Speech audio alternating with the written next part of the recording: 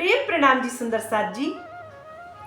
कल कीर्तन ग्रंथ के 94वें प्रकरण का मंथन कर रहे थे, पर कुछ चौपाइयां शेष रह गई थी। उनका मंथन हम आज करेंगे। सुंदर साथ जी, जागने लीला से संबंधित अनेक घटनाओं की भविष्यवाणियां कुरान में मिलती हैं।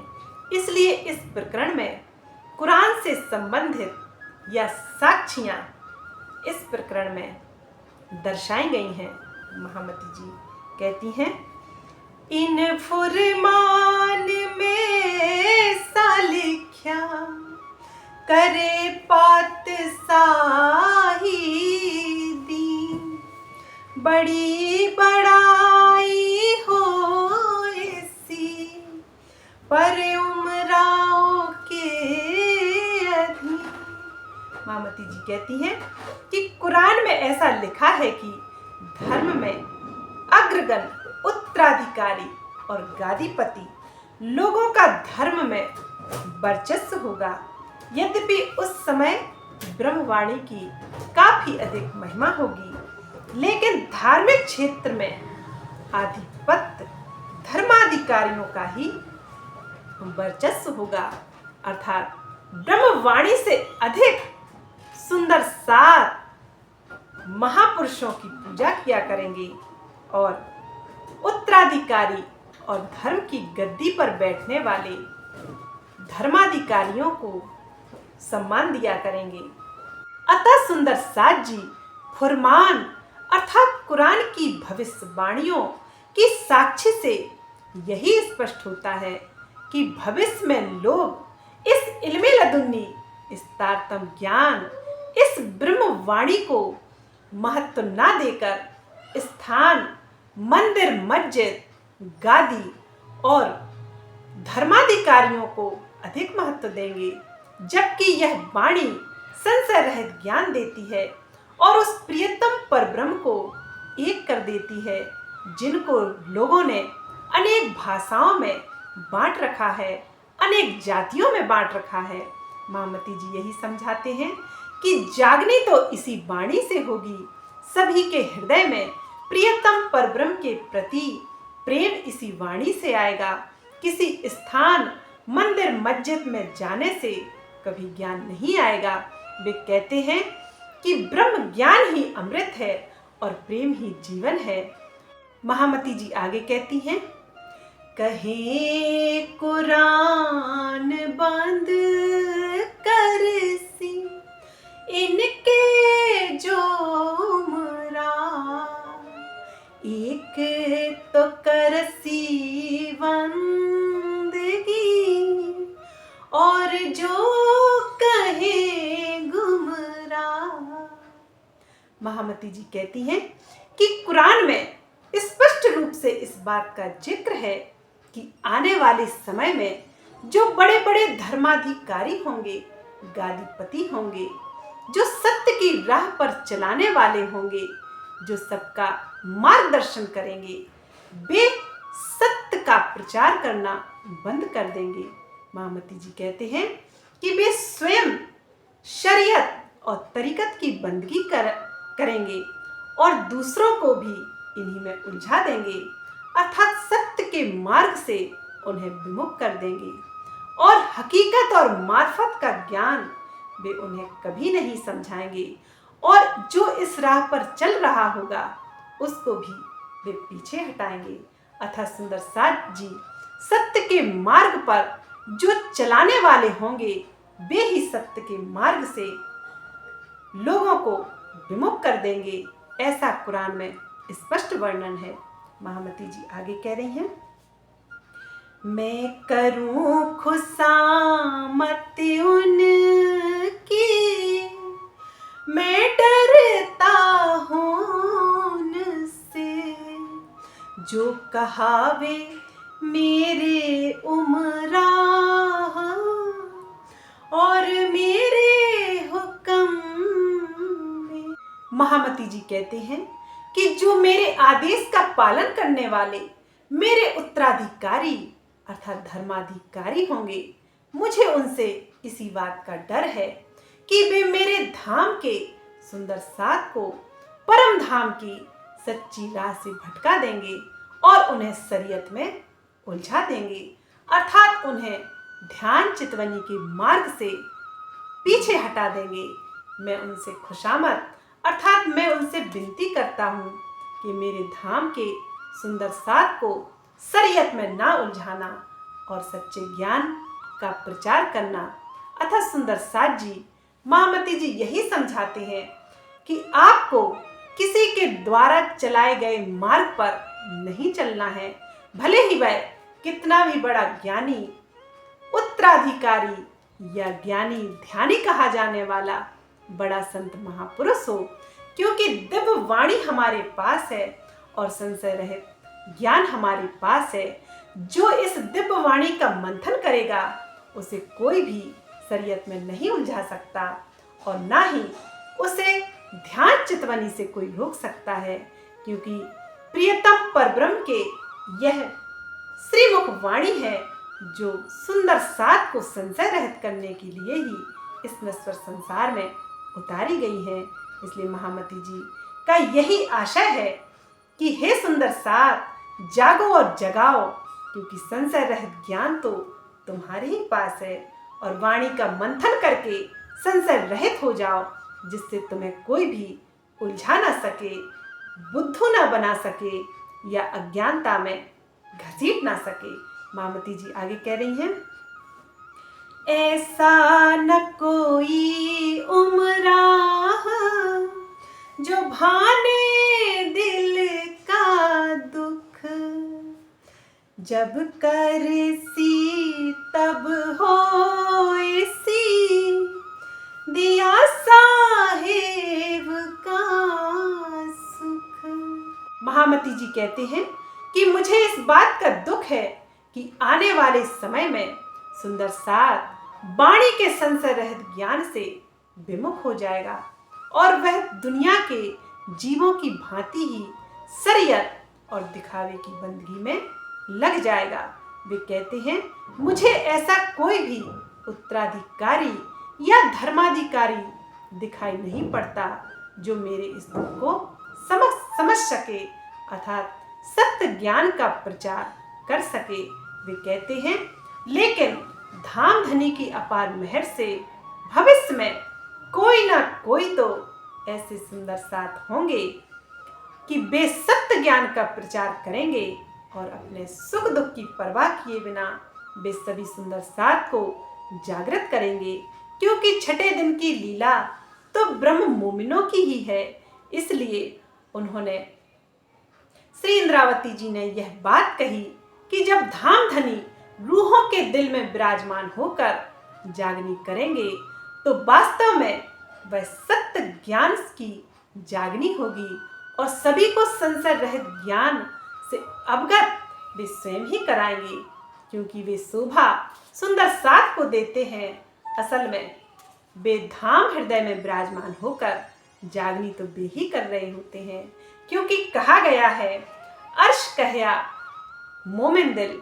महामती जी आगे कह रही हैं, मैं बुरा न चाहूं तिन का पर वे समझत ना सो, यारे सजा दे सकत है पर सो मुझसे ना हो।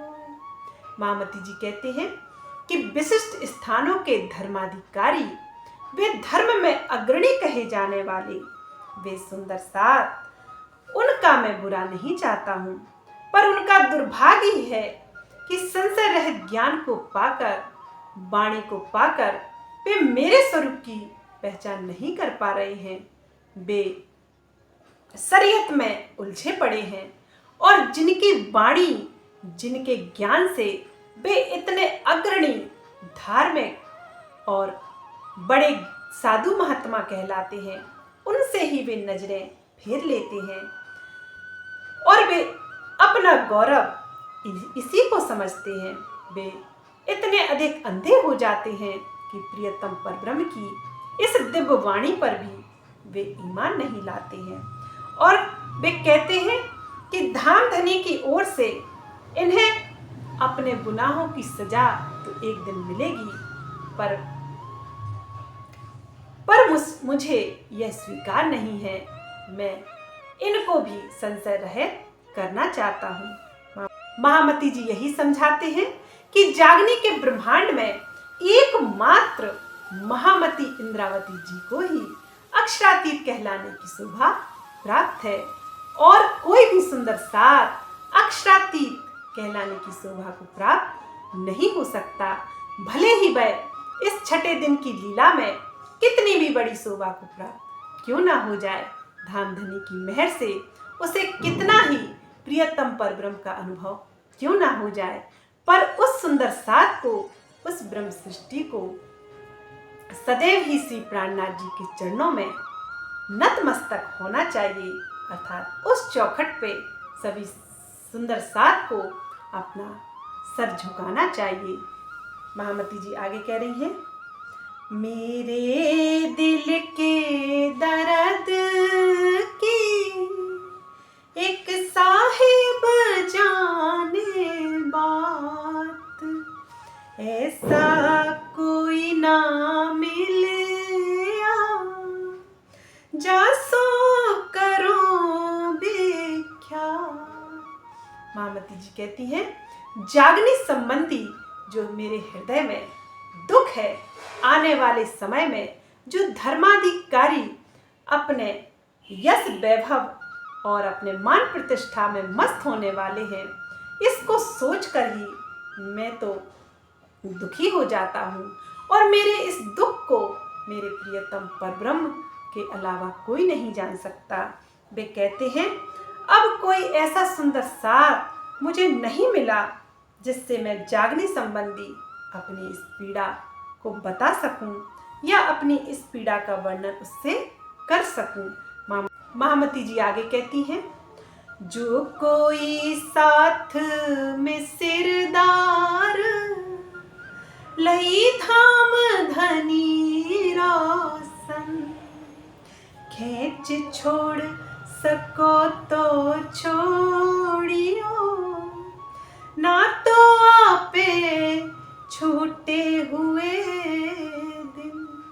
महामती जी कहती हैं, सुंदर सात समूह में जो भी सुंदर सात अग्रणी अर्थात धामधनी की ब्रह्मवाणी को आत्मसात करने वाले सुंदर सात हैं, मेरा उनसे यही निवेदन है कि वे आपसी खींचातान छोड़ देवें और धामधनी के सोई ब्रह्म सोई खुदा के वादे को या नारे को पूर्ण कर देवें, क्योंकि धामधनी इस नश्वर जगत में सत्य ज्ञान का प्रकाश करने के लिए ही तो आए थे, और उनकी मेहर से जिस सुंदर साथ ने उनकी दिव्य वाणी को आत्मसात कर लिया, अर्थात उनके एक एक वचन को अपने हृदय में बिठा लिया, वे सच्चे सुंदर साथ हैं और वे सत्य ज्ञान का प्रचार करेंगे, ऐसी मेरी उनसे उम्मीद है।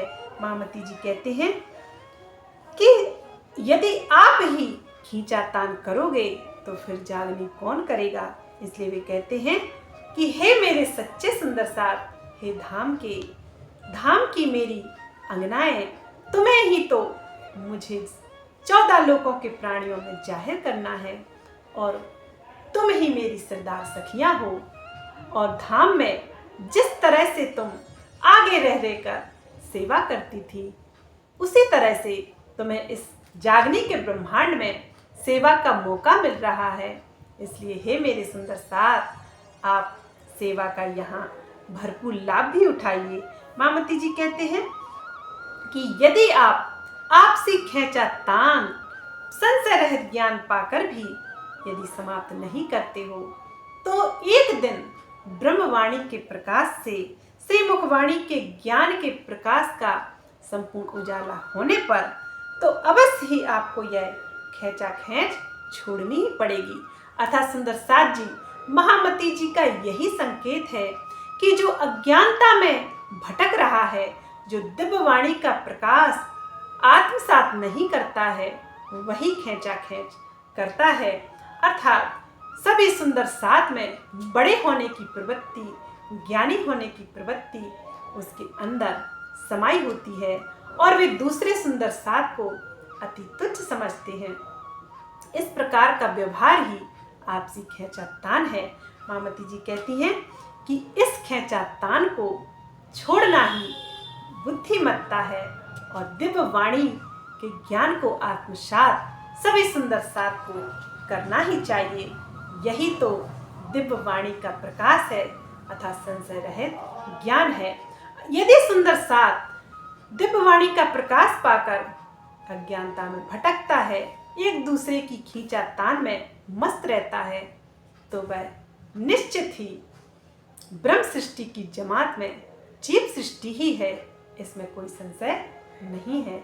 मामती जी आगे कहते हैं, मैं इन्हें सुख दुख थे ना डरूं, मेरे धनी चाहिए सन्मुख, मोहे यही कसाला होत है, जब कोई देत साथ को दुख।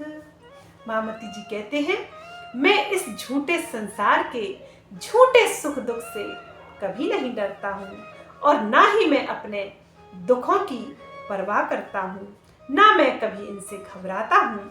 मुझे तो केवल धनी का पल पल दीदार ही चाहिए।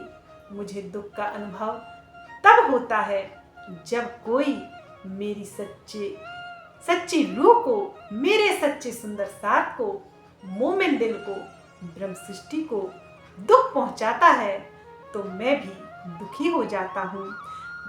वरना तो मुझे इस संसार के कोई भी सुख दुख विचलित नहीं कर सकते और ना ही मुझ तक दुख पहुंच सकता है, क्योंकि मैंने संशय रहित ज्ञान को प्राप्त किया है। लेकिन धाम धनी की जो अभिन्न अंग हैं, जो मेरी धाम की संगी रूहें हैं, उनका दुख मैं देख नहीं सकता और धाम धनी के समान ही मैं उन रूहों से अर्थात उन सच्चे सुंदर साथ से अपार प्रेम करता हूँ। इसलिए मुझे दुख तभी होता है जब मेरे सुंदर साथ को कोई दुख पहुँचाता है, वरना इस नश्वर संसार में मुझे दुखी करने का कोई भी कारण नहीं है। मामती जी आगे कह रही हैं,